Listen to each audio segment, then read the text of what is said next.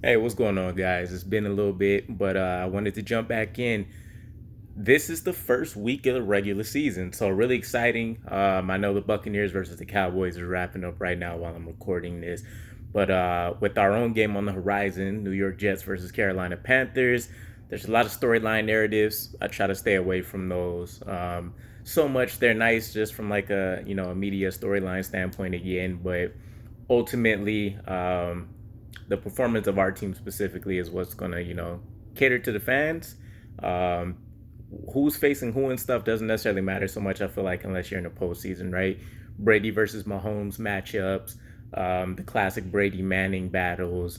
Um, when we had our own run at one point, it was always like the Pittsburgh Steelers or the Indianapolis Colts that were kind of stopping our run of greatness for a time there. So um, those kind of things are more important there. But with us leading into the game, I just kind of wanted to break down not a team versus team perspective, but more so what are the key things that we need to look out for and kind of see for the start of our season, what we can expect throughout the course of it, right? So if we're talking about a fast start, we know about pretty much the 180-degree change that we made, bringing in Robert Saleh, Joe Douglas, and his vision for the team, both in a current and future kind of vision for what we think things might be. Knowing that we have a new quarterback, new defensive scheme that's being installed, we finally have an offensive line that's being developed, quality receivers from start to finish. Going through slots 1 through 6 there. Um, I think a couple things, right? So for one, quality versus technique, or let's say athletics versus technique, right?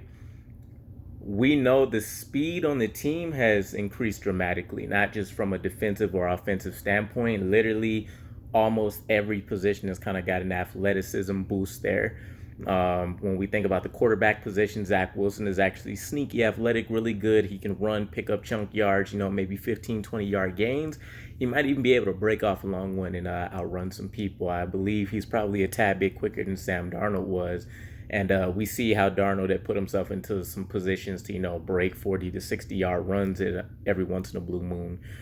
Um, with that in mind, having players that are extremely athletic, it kind of lends itself to a lot of wow plays.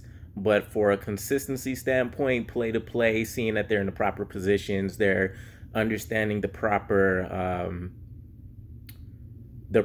techniques and the proper coverages that they'll need to use from a play-to-play basis.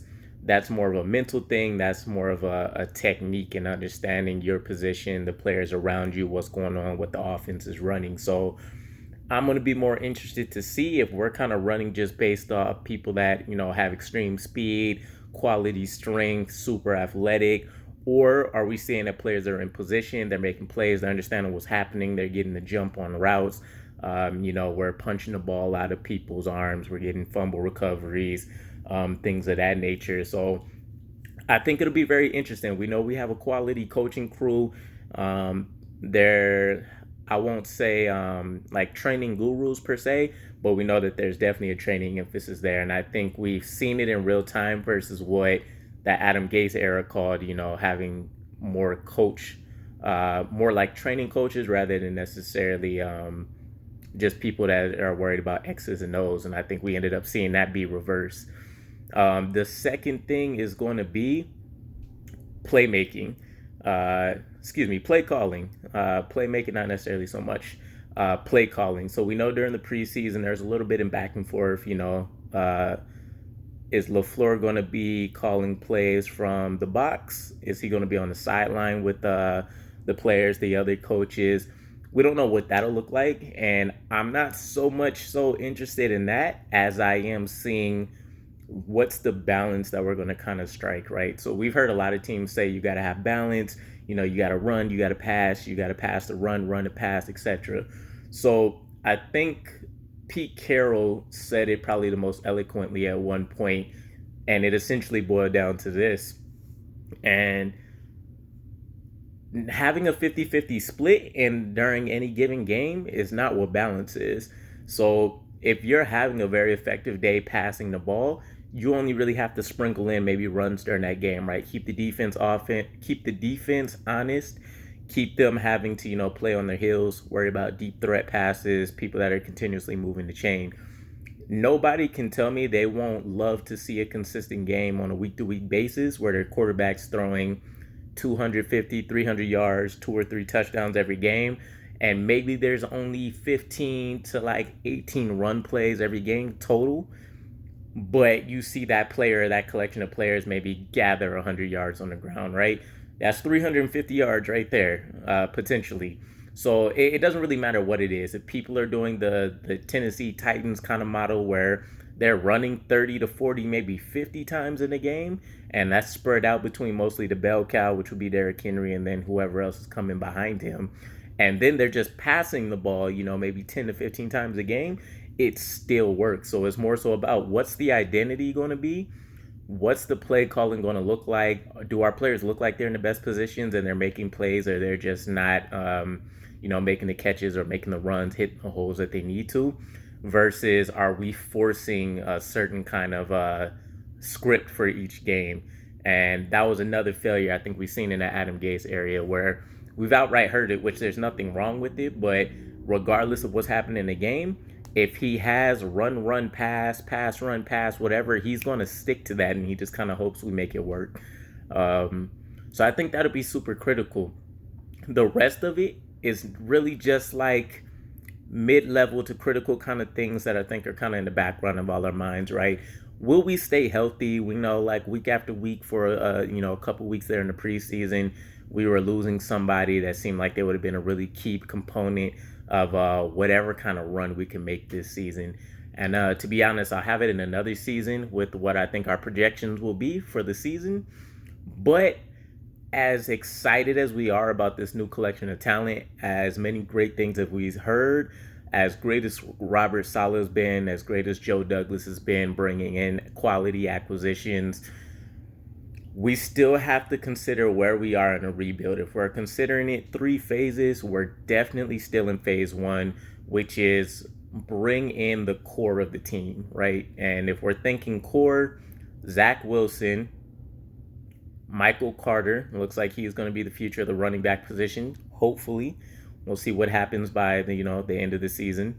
And that just depends, right? If we stay running back by committee, or if we end up finding out we do got a bell cow on the roster, and just the way the scheme is built out, I think we'll still end up divvying up a fair amount of the run plays. But Zach Wilson, Michael Carter, we got Mekhi Becton, and now Elijah Vera Tucker on the line.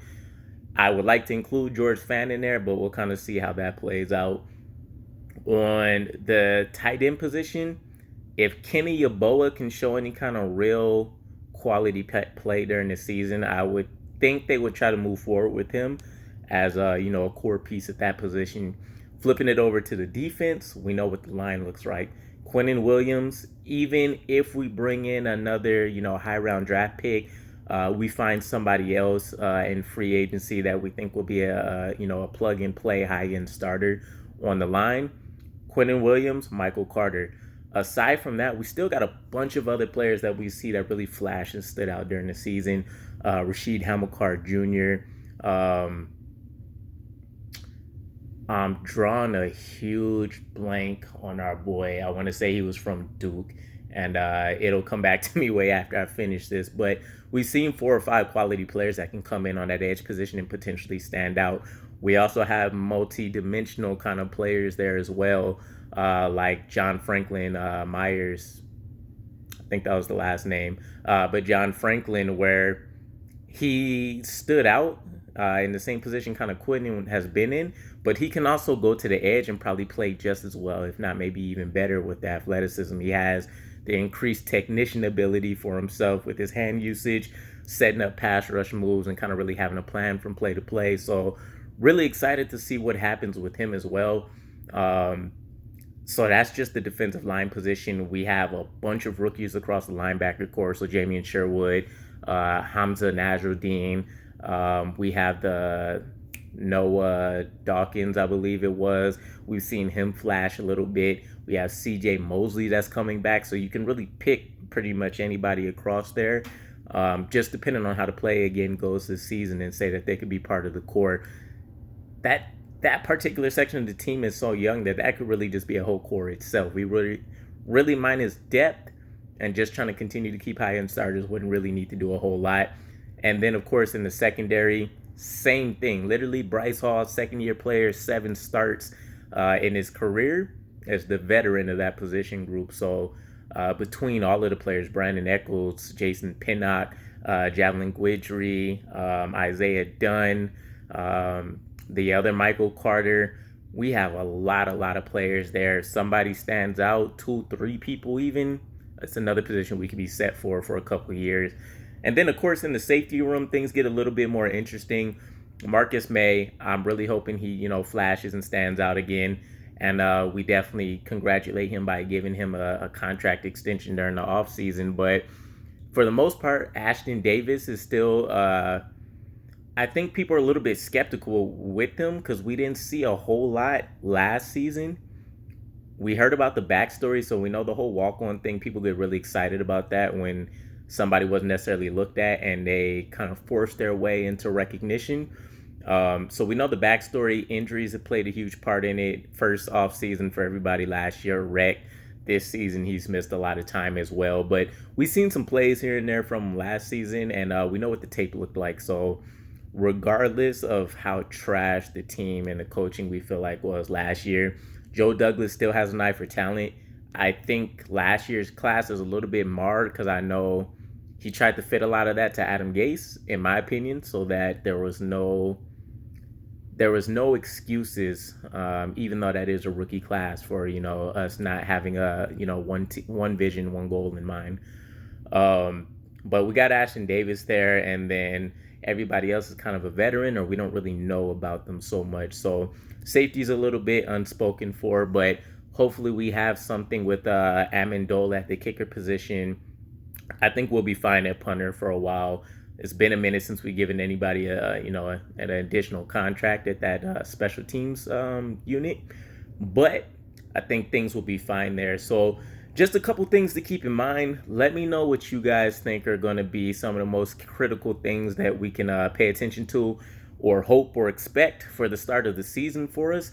There's nothing like beginning the season 1-0, and you don't really have to account for anything. So, or at least not that you're not accounting for it, but just the kind of peace of mind that it's all sunshines and rainbows at that point. So appreciate you guys for watching. Looking forward to dropping some more stuff consistently for you guys again, and I can't wait for Sunday to see how the season goes. Best of luck to Sam Darnold for sure, and I'm kind of excited to see, because that is a really quality built offense, how we do. So again, let me know what you guys think, and looking forward to catching you again. Peace.